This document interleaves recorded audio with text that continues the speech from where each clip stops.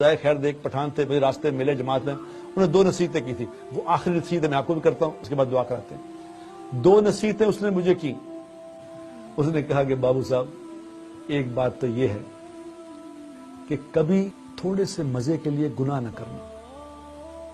تھوڑے سے مزے کے لیے گناہ نہ کرنا، کیونکہ مزہ ختم ہو جائے گا، گناہ باقی رہ جائے گا. مزہ تو کتنی دیر، گناہ کا مزہ کتنی دیر چلے گا؟ وہ ختم ہو جائے گا. پھر گناہ چلے گا تمہیں کہاں تک چلے گا؟ قبر میں تمہارے ساتھ جائے گا، حشر میں تمہارے ساتھ کھڑا ہوگا، جہنم میں چھوڑ کے آئے گا. میں نے کہا دوسری بات بتاؤ. اس نے کہا بابو صاحب دوسری بات یہ ہے کہ کبھی تھوڑی سی مشقت کے خوف سے نیک عمل نہ چھوڑنا، کیونکہ مشقت ختم ہو جائے گی، عمل باقی رہ جائے گا.